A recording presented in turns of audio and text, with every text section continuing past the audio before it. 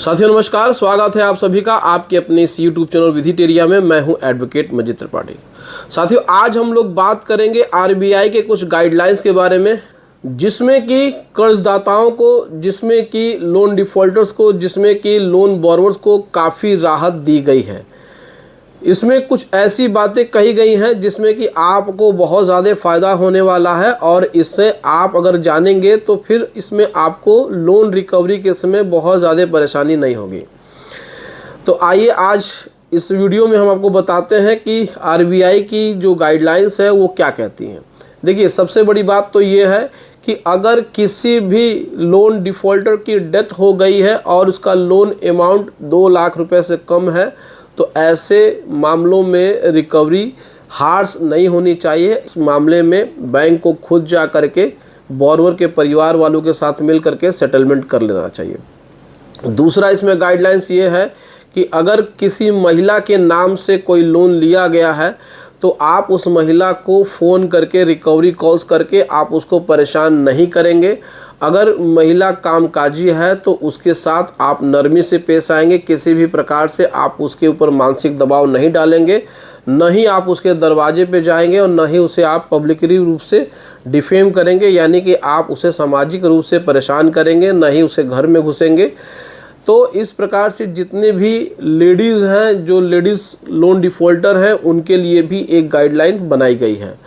इसमें जो तीसरा है वो ये है कि अगर लोन रिकवरी एजेंट या फिर लोन रिकवरी वाले बिना नोटिस के, बिना ऑथराइजेशन के किसी भी लोन डिफ़ॉल्टर के घर पे जाते हैं, उनको सामाजिक रूप से उनको परेशान करते हैं, गाली गलौज करते हैं आस पड़ोस में, या उनके पड़ोसियों को या फिर उनके रिश्तेदारों को कॉल करके गालियां देते हैं, धमकी देते हैं, तो ऐसे रिकवरी एजेंटों के ऊपर कार्रवाई कराई जा सकती है। ऐसे रिकवरी एजेंटों के ऊपर पुलिस केस दर्ज कराया जा सकता है, क्योंकि लोन रिकवरी का नियम ये है कि आप सिर्फ और सिर्फ नोटिस देंगे। लोन रिकवरी का मतलब यही होता है। ऐसा नहीं कि आप किसी व्यक्ति घर पे गए, किसी लोन डिफ़ॉल्टर घर पे गए, आप उनके साथ बदतमीजी करें, उनको आप गाली गलौज करें, उनको मारने पीटने की धमकी दें और ज़बरदस्ती उनके घर में जा कर के बैठ जाएं। ये रिकवरी के नियम नहीं है। अगर लोन रिकवरी वाले इस प्रकार का कार्य करते हैं तो इनके खिलाफ एफआईआर दर्ज कराई जा सकती है, ऐसा कि आरबीआई ने बहुत बार अपने गाइडलाइंस में कहा है।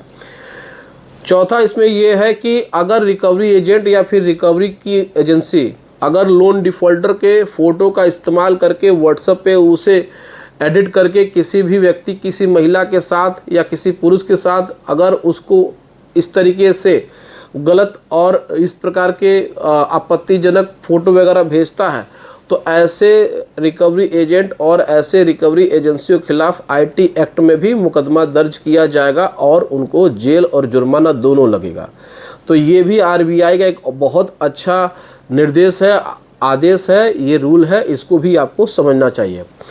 अगला इसमें आदेश ये है कि जिन खातों में 80% पैसा जमा हो गया है और जिसमें किसी कारणवश अगर वो पैसे नहीं दे पा रहे हैं तो ऐसे लोन अकाउंट का सेटलमेंट करने के लिए जो भी फाइनेंस कंपनी है, जो भी बैंक है, उनको तुरंत अपने उस कस्टमर को बुलाना चाहिए, उनसे बातचीत करना चाहिए और उनको सहूलियत देते हुए उनके साथ सेटलमेंट कर लेना चाहिए। और इसमें अगला जो है आदेश वो बहुत बढ़िया है कि अगर इसमें आपका पर्सनल लोन है और आपने इसमें प्री नोटिस बैंक को दे दी है, इसमें प्रायर नोटिस दे दी है और अपनी बात बता दिया है कि आप इसमें पैसा नहीं दे पाएंगे और इसमें आपको समस्या हो रही है और आपकी जो जॉब है वो छूट गई है या जो बिजनेस है वो बंद हो गया है और आपने उसको सही तरीके से बता दिया है, उसका प्रूफ भी दे दिया है, तो आपको कम से कम 6 महीने का समय दिया जाना चाहिए।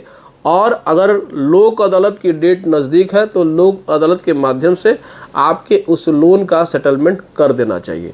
तो दोस्तों, ये जो आरबीआई की गाइडलाइंस है ये सामान्यतः नियम है, लेकिन आपको इस नियम के बारे में जानकारी नहीं होती है, जिसकी वजह से आपको परेशानी उठानी पड़ती है।